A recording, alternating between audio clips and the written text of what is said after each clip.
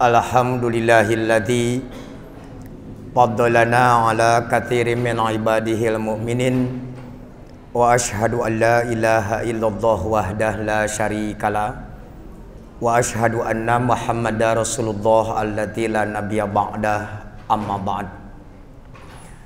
Faqalallahu ta'ala fil Qur'anil Karim a'udzu billahi minasy syaithanir rajim wa a'iddu lahum mastata'tum min quwwah al-ayah wa qala Rasulullah sallallahu alaihi wasallam satuftahu alaikum aradun al-hadits. Hadirin ikhwati iman, bapak-bapak dan ibu-ibu, wabil khusus ketua dan reng-rengan tashkil pimpinan cabang Persatuan Islam Katapang dan Otonom, juga para mujahid ilmu, sesepuh dan tokoh yang tak kenal lelah dalam mengawal setiap langkah demi izah Islam wal muslimin melalui wadah jam'iyah khususnya di lingkungan Kecamatan Katapang. Begitu pula Bapak Ibu yang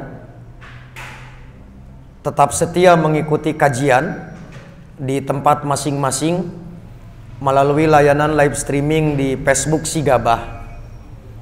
Tidak ada pujian yang paling pantas terucap dari lisan selain alhamdulillah, karena atas kudrah irodah serta inayah Allah, setelah kita dirumahkan sebagai bagian dari upaya mensanding hifdzuddin, yaitu tegaknya panji-panji Islam, tegaknya ajaran Islam di dalam kehidupan tak boleh terjeda karena corona, tetapi juga kita punya kewajiban untuk hifdzun nafas, memelihara jiwa raga dari berbagai aspek yang bisa memadorotkan.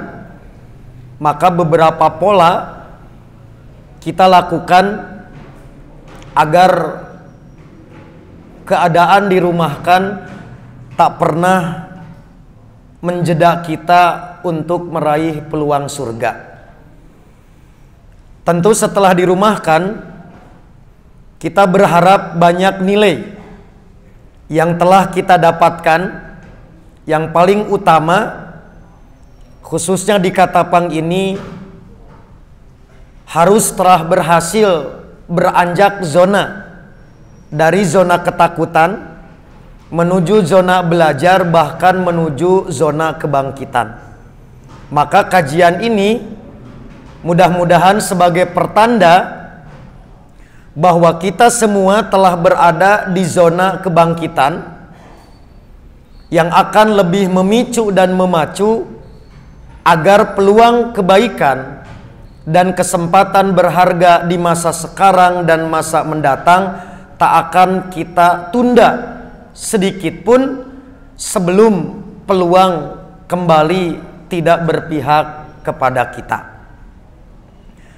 Bapak Ibu yang dimuliakan Allah, sebagaimana telah dipublikasikan bahwa materi kajian merespon situasi dan kondisi yang tengah dihadapi oleh anak negeri berkenaan dengan kemunculan dan mengawal progres nasib perjalanan RUU HIP seperti yang telah kita bahas dalam kajian pemuda dan pemudi Katapang. Namun sebetulnya Ustadz, ada persoalan aktual lain yang tak kalah penting untuk direspon, terutama oleh generasi baru Persis di Katapang khususnya, yaitu persoalan Omnibus Law RUU Cipta Lapangan Kerja, yang kemudian sering ditafsirkan sebagai undang-undang sapu jagat. Nah, saya tadi mengusulkan kalau sekiranya tidak ada pembahasan khusus dalam bidang lain, Maka di kajian Ahad Pemuda-Pemudi, kajian rutin, maka tema itu yang diusulkan untuk kita bedah dari dua sisi. Satu yang namanya tenaga kerja menurut pandangan syariah, dan bagaimana dalam koridor taknin, legal konstitusional, termasuk seberapa gawat undang-undang itu dalam konteks menggerus keadilan dan kemakmuran di kelas pekerja gitu. Itu mudah-mudahan karena biasa orang Katapang mah responsif gitu kan. Araraneh wae judul ngajina gitu. Nah, jadi itu ada peluang persoalan lain di samping persoalan RUU HIP yang juga penting untuk dicermati, terutama bagi generasi baru di Persatuan Islam. Nah, kita telah maklum bahwa RUU HIP yang digagas DPR sebelumnya itu mendapatkan penolakan keras dari mayoritas umat Islam dan berbagai elemen bangsa, tak terkecuali para pakar hukum dan kalangan akademisi. Majelis Ulama atau MUI bahkan menyebut RUU tersebut adalah pencurian di saat senyap gitu. Ngagarong di waktu terlelap, sebuah ideologi negara. Karena selain pembahasannya tidak melibatkan berbagai elemen masyarakat dan hanya dalam waktu singkat telah disahkan menjadi bagian dari Proglegnas, Program Legislasi Nasional tahun 2020. Juga banyak penjelasan dalam RUU tersebut yang memang bermasalah. Tidak hanya tentang upaya mereduksi atau menyusutkan 5 sila di Pancasila menjadi 3 bahkan jadi 1, seperti yang tercantum dalam pasal 7 dan tidak dimasukkannya TAP MPRS nomor 25 tahun 66 tentang pembubaran PKI sebagai konsideran mengingat. Namun ternyata bukan hanya itu, karena bagian tentang penjelasan dari Pancasila dan tujuan RUU tersebut juga bermasalah. Maka tentang materi, substansi RUU dengan 10 bab dan 60 pasal yang mayoritas bermasalah ini itu telah dibahas secara garis besar dalam kajian PC Pemuda dan Pemudi Persis Katapang. Kemudian modus operandi di balik penyusunan atau tadi penggarongan waktu senyap itu juga telah dibahas dalam kajian Pemuda Persis Jatinangor. Kemudian siapa oknum penggagas atau konseptornya itu telah dibahas dalam kajian PC Pemuda Persis Margahayu. Maka hal-hal tersebut itu silahkan tinggal ditonton ulang, terutama di YouTube Sigabah TV. Maka dalam kajian ini kita tidak akan mengulas itu lagi, apalah artinya 10 bab 60 pasal bagi orang Katapang ditambul percanten. Siga orang kan karena kiakide kata rambul kan. Halo. Wah, tuh orang Katapang mah Quran wae 30 juz. 6286 ayat, yuk cuman berapa ayat kok. Nah, jadi tidak akan saya ulas dari sisi tadi materi, karena saya yakin yang demikian matos biasa ku barudak Katapang mah. Nah, salah satu di antara contoh saja yang dipandang ini bermasalah bukan hanya dari sisi hierarki hukum, tetapi berkenaan dengan substansi, misalkan di pasal 7 yang memiliki 3 ayat. 1. Ciri pokok Pancasila adalah keadilan dan kesejahteraan sosial dengan semangat kekeluargaan yang merupakan perpaduan prinsip ketuhanan, kemanusiaan, kesatuan, kerakyatan atau demokrasi politik dan ekonomi dalam satu kesatuan. Itu di ayat 1. Ayat 2, ciri pokok Pancasila berupa trisila, yaitu sosio-nasionalisme, sosio-demokrasi, serta ketuhanan yang berkebudayaan. 3. Trisila sebagaimana dimaksud pada ayat 2 terkristalisasi dalam eka sila, yaitu gotong royong. Lihat Bapak Ibu, ini penting bagi generasi baru di Persatuan Islam. Dari 5 sila direduksi menjadi 3 sila, bahkan jadi 1 eka sila. Kenapa RUU ini menjadi berbahaya? Paling tidak akan menimbulkan kegaduhan anak bangsa. Bahkan akan menimbulkan saling curiga. Karena ini akan memancing kembali perdebatan lama, yaitu perdebatan antara Pancasila 1 Juni 45, di mana Pancasila versi 1 Juni itu masih sebatas usulan pribadi Insinyur Soekarno, Bung Karno, atau akan kembali lagi ke Pancasila 22 Juni dengan nama Piagam Jakarta, dengan polemik 7 kata di sila pertama, yakni kewajiban menjalankan syariat Islam bagi pemeluknya. Nah, nanti akan saya sampaikan Bapak Ibu, ini mumpung live streaming, buat apa saya bawa buku-buku tua ini? Karena permasalahan ini itu sudah diingatkan oleh orang tua Persis.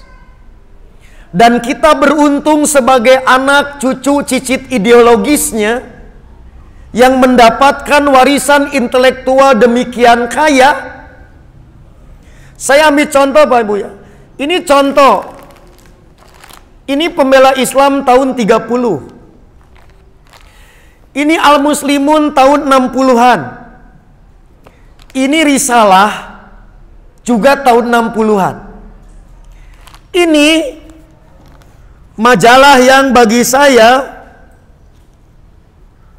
majalah aliran Islam dengan ketua umumnya, pemimpin redaksi itu Pak Isa Ansori. Ini tahun 48. Apa yang hari ini diperdebatkan, ini pada dasarnya oleh orang tua kita sudah dibahas dan diingatkan. Bahkan di majalah Risalah, ini contohnya Bapak Ibu, Risalah sengaja membahas tentang pidato Presiden Soekarno tanggal 1 Juni tentang 45 dengan judul Menghidupkan Islam. Kemudian juga di majalah Al-Muslimun. Di majalah Al-Muslimun dengan judul yang sama, yaitu pembicaraan lahirnya Pancasila, yaitu membahas tentang pidato Presiden 1 Juni 45. Bahkan di dalam majalah aliran Islam, karya para tokoh orang tua kita, ada pembahasan khusus kenapa Karl Marx menganut Marxisme. Ini bagian-bagian yang bagi saya belum tentu sekarang dikenal oleh generasi baru Persatuan Islam. Tetapi sekiranya nanti saya perkenalkan baca ulang, Tidak ada satupun persoalan yang muncul sekarang itu pada dasarnya secara substansi, secara ruh, secara ideologi itu tidak akan keluar dari apa yang telah diingatkan oleh orang tua dan guru kita. Inilah makanya saya nggak akan pernah bosan Bapak Ibu mengingatkan, beruntung kita menjadi anak Persis. Sebab kita telah mendapatkan warisan intelektual yang demikian maha kaya. Apa di antaranya Bapak Ibu? Yang pertama, karakter orang tua kita itu peka di dalam membaca situasi. Jadi mun bahasa legek barudak ayeuna mah punya kekuatan deteksi dini. Sebelum jadi tadi naskah akademik, apalagi jadi RUU, sejak dulu orang tua kita mah sok peka berhasil mengendus. Makanya biasanya Bapak Ibu, tahun 64 majalah ini terbit membahas pidato presiden, mengulas kembali terus tentang TAP MPR. Tahun 60-an saya masih di alam sulbi wa taroib, di alam ruh, karena saya baru lahir tahun 70-an. Jadi sampai hari ini kia-kia baru 17 tahun Bu gitu. Tidak pernah mengalami masa-masa seperti ini, tapi diperkenalkan oleh orang tua melalui karya-karya sangat berharga. Maka ini jangan sampai hilang karakter generasi baru Persatuan Islam, yaitu memiliki kepekaan. Karena peka sifatnya proaktif bukan reaktif. Nah, maka disinilah penting bahwa saya akan terus mengingatkan, kajian di Persis bukan karena sindrom musim, tetapi karena memang kita proaktif. Permasalahan ini penting untuk terus kita kawal, sebab menentukan perjalanan arah bangsa dan negara di masa anak cucu kita masa depan. Itu diantara yang ingin disampaikan, kenapa ini akan bermasalah besar. Paling tidak kita akan kembali terkuras energi ke masa lalu. Dan ketika persekusi terhadap semangat umat Islam yang berhasil kita badamikeun, diterima sila pertama dengan menghilangkan 7 kata selama tidak menghilangkan substansi dan kekuatan legal konstitusional. Tetapi siapa yang bisa menahan, sekiranya ini akan memancing kembali, kita akan hidupkan kembali Piagam Jakarta, itu tak bisa dibendung nantinya. Oleh karena itulah, maka ini pesan-pesan yang perlu disampaikan. Apa Bapak Ibu, jangan pernah ada lagi usaha untuk mengubah Pancasila dari rumusan finalnya dalam alinea 4 Muqaddimah Undang-Undang 45. Jangan kembali ke versi usulan pribadi Bung Karno dalam pidato 1 Juni. Ataupun kita juga bisa memaklumi sekiranya kita akan menahan diri untuk tidak kembali ke versi Piagam Jakarta 22 Juni 45. Tetapi lamun itu hayo kitu wae. Apalagi tadi kita sedang terlelap tidur, mereka ngerampok, maka semangat untuk menghidupkan kembali Piagam Jakarta boleh jadi suatu saat tidak terbendung. Nah, ada umat Islam balager, dewasa saroleh, wiosnya ditayakan 7 kata, wios. Nu penting kebebasan dalam memeluk Islam dan menjalankan sesuai dengan syariat Islam itu mendapatkan ruang. Balager pisan. Tetapi jangan coba-coba gitu. Ini yang dikhawatirkan. Itu diantara contoh Bapak Ibu, Dilihat dari sisi akan terjadi buang energi atau kontraproduktif. Ini sekali lagi di antara apa yang disampaikan oleh orang tua, sekiranya kita lengah, itu bisa menjadi kenyataan. Inilah keberuntungan kita, generasi baru, anak, cucu, cicit ideologis. Sebagai keluarga besar Persis, karena kita telah mendapatkan warisan intelektual yang demikian bernilai, berharga dalam mengawal dan memberikan kontribusi terhadap perjalanan bangsa dan negara. Oke, ini yang pertama. Yang kedua,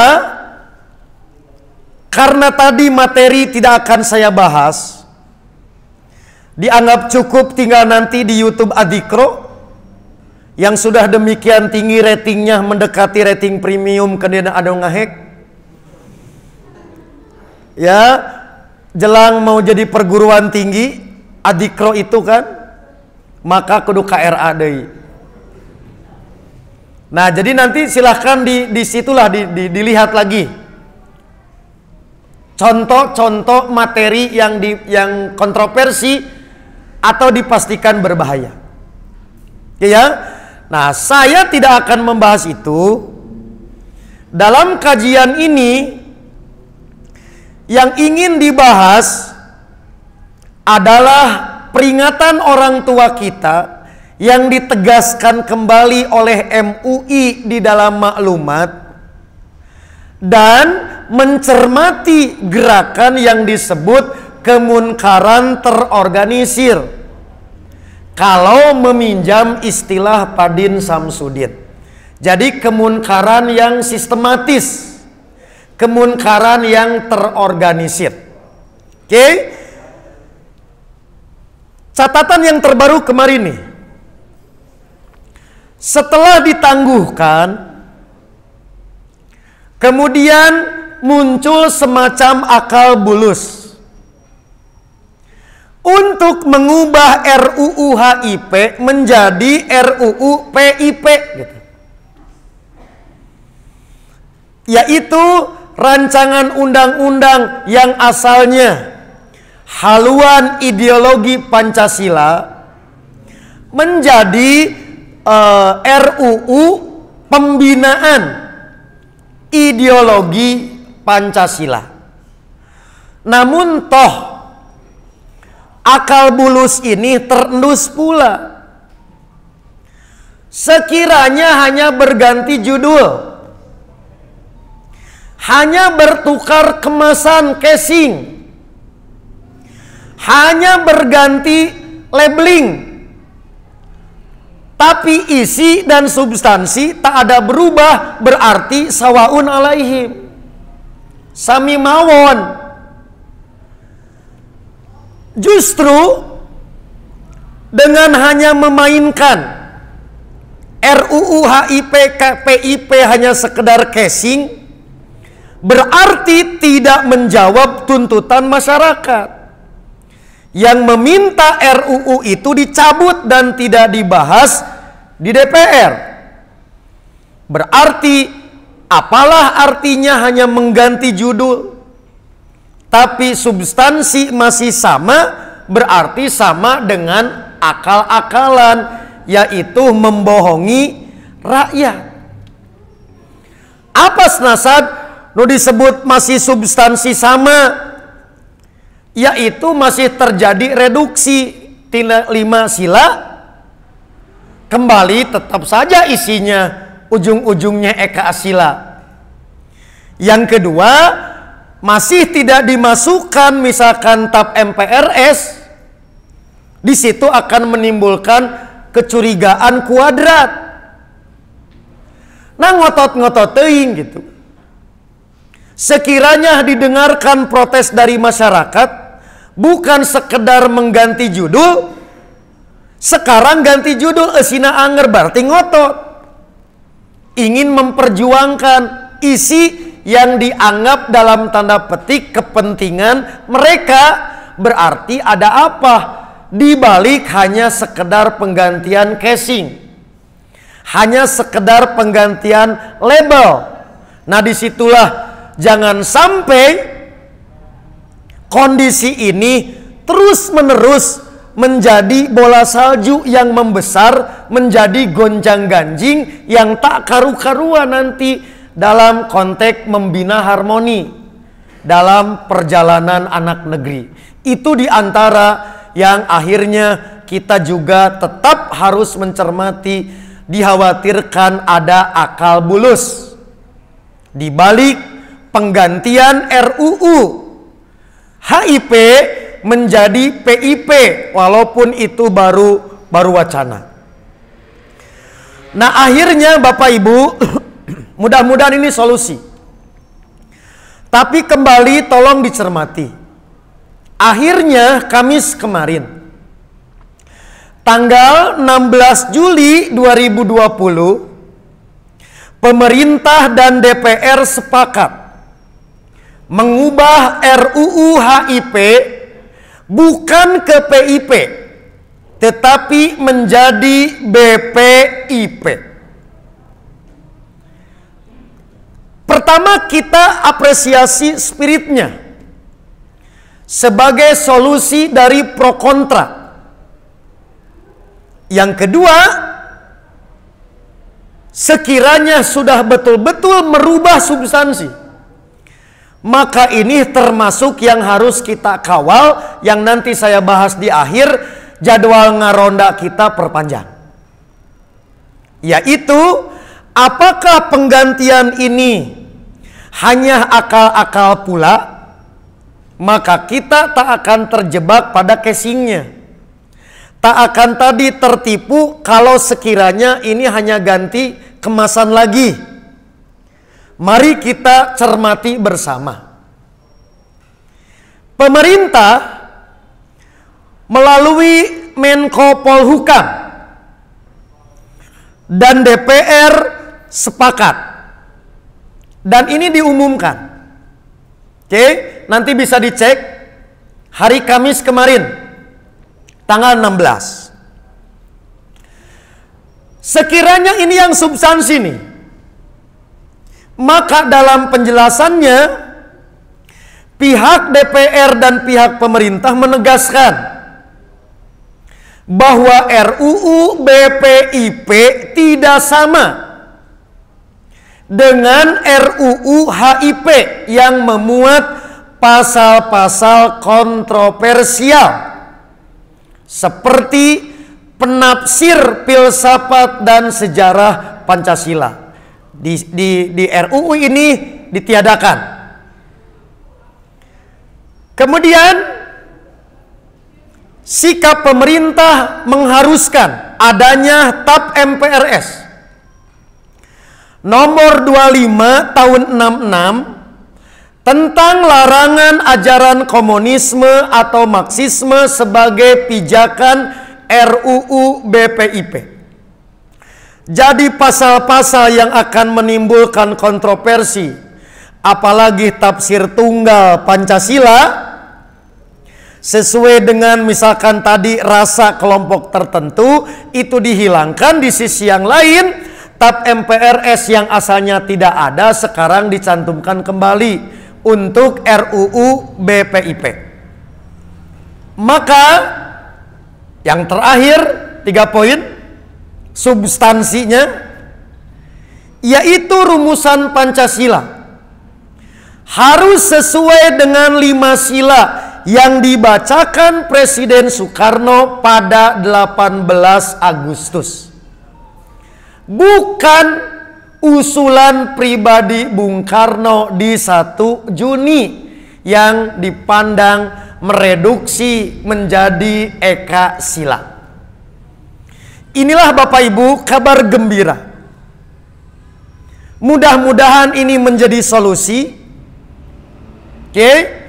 yang menimbulkan kontroversi ditiadakan, maka yang ditiadakan kemudian kita tolak, kita protes, maka kemudian dimunculkan.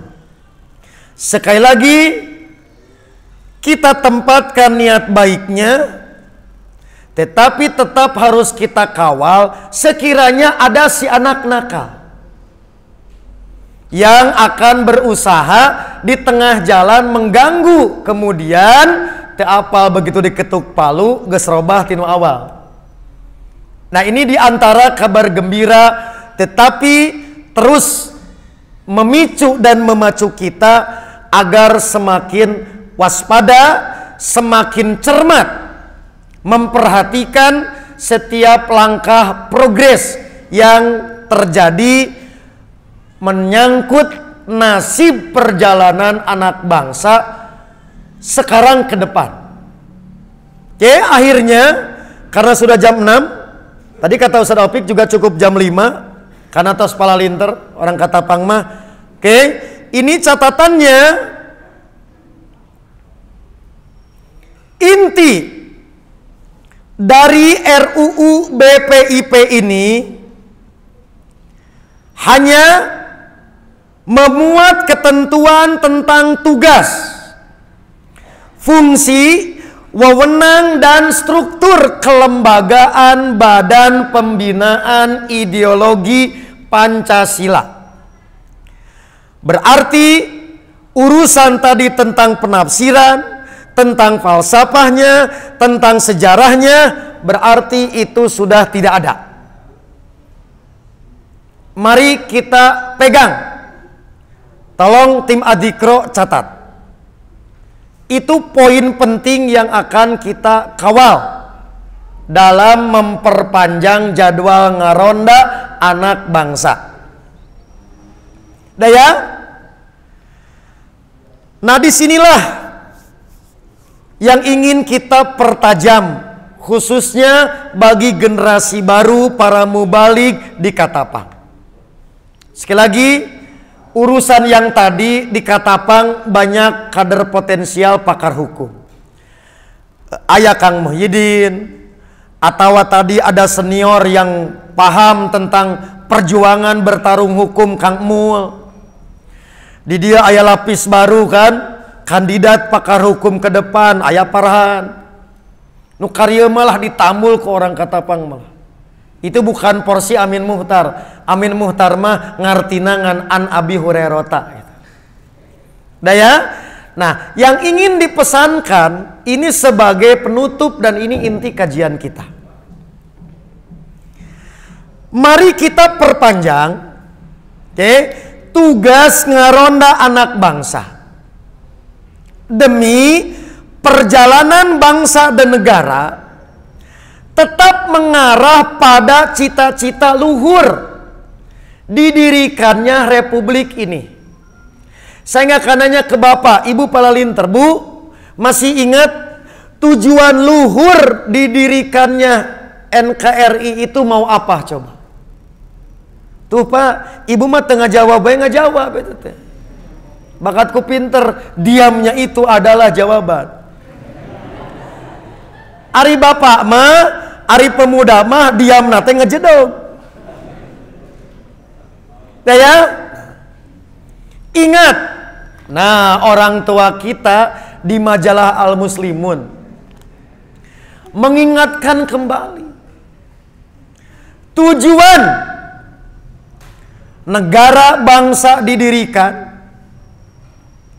sampai Bung Karno meminta maaf kepada utusan Islam di tim 9. Sama apa tujuannya? Yaitu adil makmur, tetapi dalam dasar keridhaan Allah. Saya ulangi, untuk generasi baru, apa tujuan didirikan negeri ini? Yaitu adil makmur dalam ridho ilahi. Maka pertarungan ada pada bagaimana format, bagaimana wujud, bagaimana ekspresi, menurunkan. Itu yang menjadi tantangan besar. Maka di sini kita berperan aktif terhadap pengawalan agar tujuan negeri ini sampai kepada stasiunnya itu betul-betul ada keterjaminan untuk tercapai. Bapak Ibu, nah kalau kita lengah, kita lupa seakan-akan bab Nukraria bukan pembahasan pemudi-pemuda generasi baru Persis. Maka kita khawatir arah perjalanan untuk sampai stasiun adil makmur atas ridho ilahi ini boleh jadi akan terjeda bahkan keluar dari rel. Sebab dengan seenaknya dibajak oleh segelintir orang yang mengaku paling Pancasilais. Padahal sejatinya dia adalah musang berbulu. Musang berbulu. Geus teu usum domba ayeuna mah. Geus modern gitu.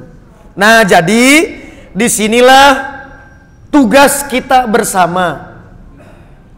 Terutama generasi baru di Persatuan Islam turut serta mengawal. Bahkan bukan sekedar mengawal, terlibat aktif lamun bisa mah jadi nakoda. Atau terjadi nakoda jadi kenek terhadap lokomotif dan gerbong membawa bangsa Indonesia menuju keridhaan Allah agar tercipta adil makmur di negeri sendiri.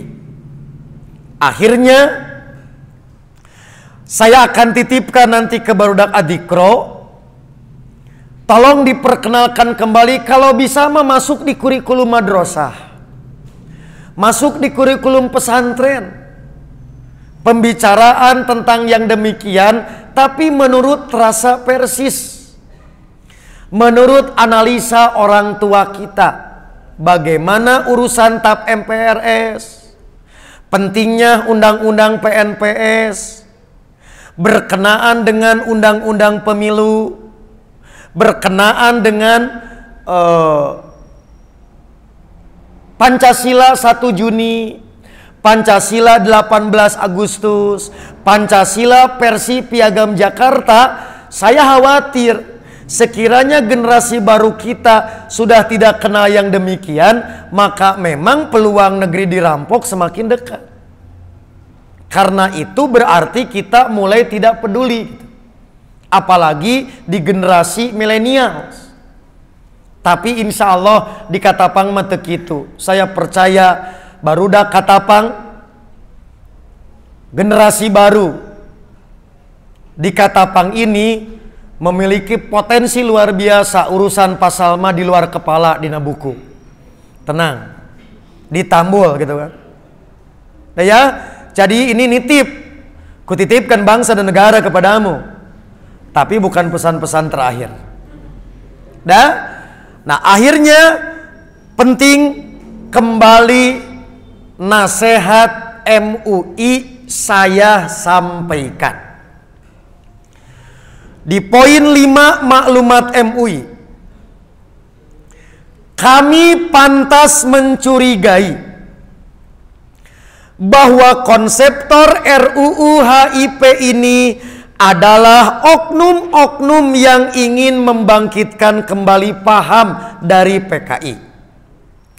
Dan oleh karena itu patut diusut oleh pihak yang berwajib. Pertanyaannya Bapak Ibu, sekiranya kita sepakat RUU BPIP disahkan karena secara substansi itu selaras, sejalan, seiring, seirama. Hanya mengatur urusan masalah manajemen. BPIP tidak menyangkut persoalan-persoalan yang mendasar. Bagaimana nasib konseptornya? Halo?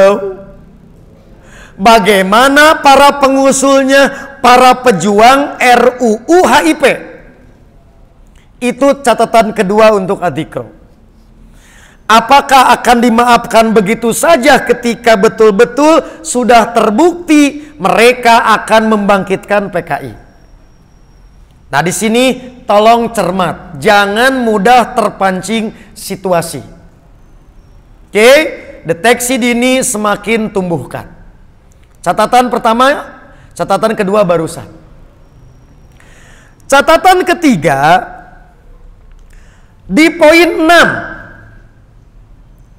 Meminta dan menghimbau kepada umat Islam agar tetap waspada dan selalu siap siaga terhadap penyebaran paham komunis dengan pelbagai cara dan metode licik yang mereka lakukan saat ini.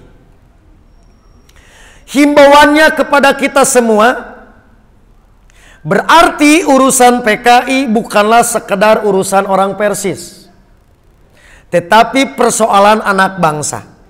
Nah, bagaimana merajut,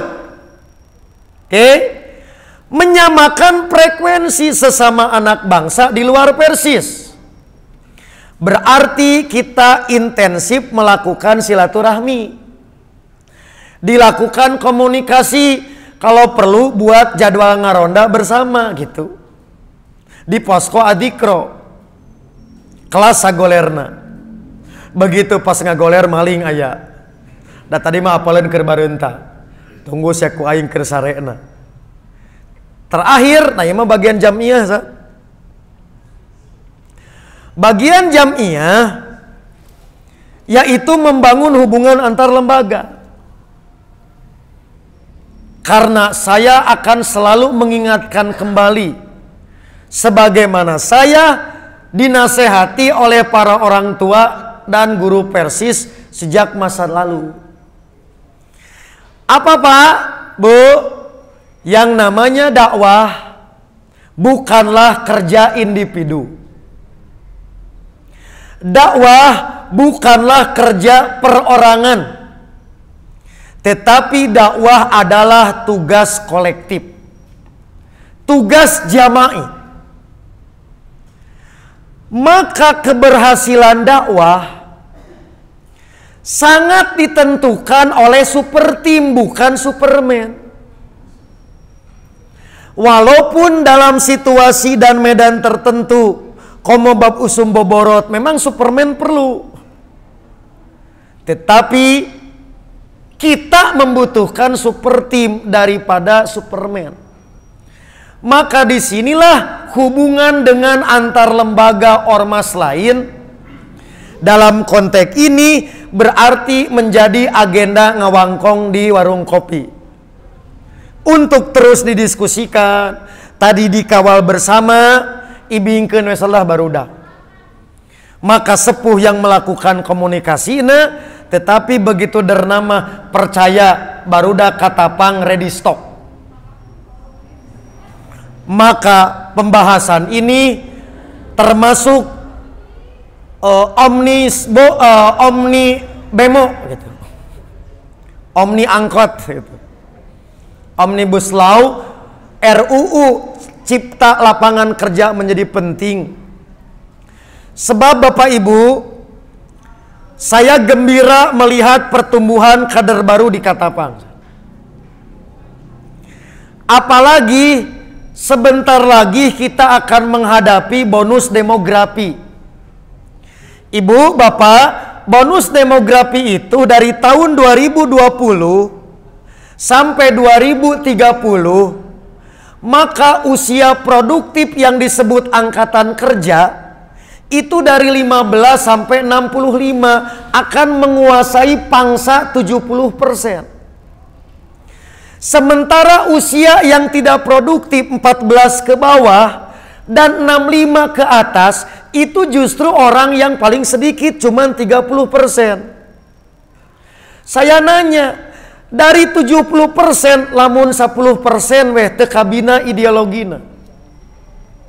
Maka tos kabayang barudak Katapang akan menghadapi para bajingan, para perampok di masa depan. Komo lamun tina 70%, setengahna tekabina ku akidah Islamiyah. Maka tos kabayang pertarungan masa depan tentang ideologi menjadi panjang. Nah, disinilah peran generasi baru Katapang sangat besar. Sebab kita melihat dari waktu ke waktu, apalagi saya mendapat keterangan dari Akeh, dari sesepuh Katapang, Kaleresan senior Simkuring Ustadz Opik juga mengalami proses. Sekarang bonus generasi baru Katapang di angkatan 34 luar biasa ledakannya. Namun bisa dijajahkan. Maka insya Allah 2020 sampai 2030 bonus demografi akan berjalan ke arah yang lebih baik. Tapi lamun teu, berarti kita menghadapi pertarungan rally yang cukup panjang. Maka disinilah kalian harus semakin sadar bahwa kalian di Jamiah Persis bukan sekedar pribadi, tetapi aset Jamiah dan aset bangsa negara. Makanya sekarang buru-buru tempat motivasi, buru-buru bentuk karakter. Kalau antum selama ini dibentuk karakter pecundang, maka akan berposisi menjadi lawan.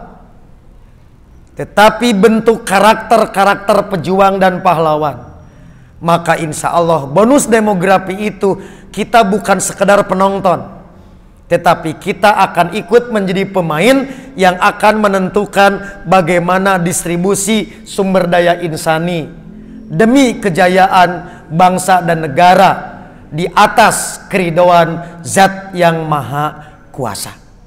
Itulah beberapa catatan penting yang menurut saya mendesak untuk segera disampaikan.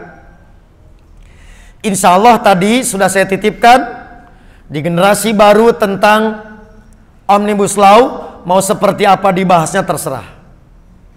Mudah-mudahan apa yang disampaikan, karena bagi saya bukan semata-mata RUU-nya yang paling penting, tapi memperkenalkan warisan intelektual inilah yang jauh lebih penting untuk diketahui oleh generasi baru di Persis, Katapang pada khususnya. Mudah-mudahan apa yang disampaikan menjadi nutrisi dan energi agar kita lebih terpacu untuk menata diri demi perjalanan bangsa dan negeri dalam koridor ridho ilahi melalui investasi yang bisa kita tanamkan sejak usia dini sampai akhir hayat saat maut menjemput kita sesuai dengan masa-masa hidupnya. Akhirnya kajian ini saya akhiri. Saya kembalikan ke penguasa forum. Tetapi sekiranya ada pertanyaan, baik yang berkaitan atau tidak tetapi mendesak, namun alangkah baiknya tidak ditanyakan karena orang Katapang tos palalinter. Aqulu qouli hadza wa astagfirullah li wa lakum.